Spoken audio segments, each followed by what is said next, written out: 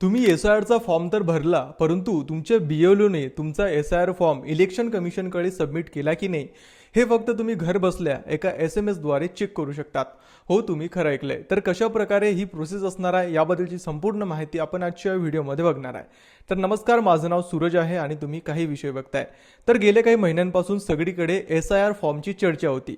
SIR अंतर्गत तुमच्या घरी तुमचा बीएलओ आला असेल, त्यांनी तुमची काही माहिती गोळा केली असेल आणि त्यांनी तुमच्याकडून एक अर्ज भरून घेतला असेल. हे तर झालं ऑफलाईन एसआयआर. आता हे ऑफलाईन एसआयआर भरल्यावर बीएलओला ते ऑफलाईन एसआयआर ऑनलाईन सर्व्हरवर अपलोड करावं लागतं. म्हणजे इलेक्शन कमिशनकडे तुमची एसआयआरची माहिती बीएलओला घरी जाऊन ऑनलाईन प्रकारे अपलोड करावी लागते. आता हीच तुमची माहिती बीएलओने ऑनलाईन प्रकारे अपलोड केली की नाही हे पाहण्यासाठी फक्त तुम्हाला तुमच्या मोबाईलवरून 1950 या क्रमांकावर कॅपिटल लेटरमध्ये ECI स्पेस देऊन तुमचा वोटर ID क्रमांक टाकून सेंड करायचा आहे. आता हे सेंड केल्यावर इलेक्शन कमिशन ऑफ इंडियाकडून तुम्हाला तुमची संपूर्ण माहिती पाठवली जाणार आहे. जसं की तुमचं नाव, तुमचा पत्ता, तुमचं पोलिंग बूथ अशी सर्व माहिती त्या SMS मध्ये राहणार आहे.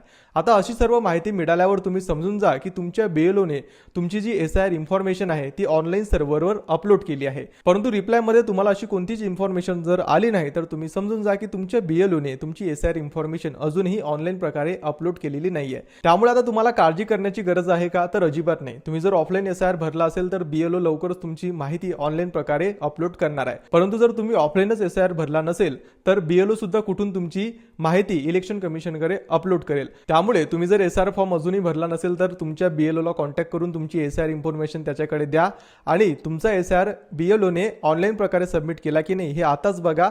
आणि ही माहिती जर तुम्हाला थोडीशी महत्त्वाची वाटली असेल तर आपल्या चॅनलला सबस्क्राईब करायला विसरू नका.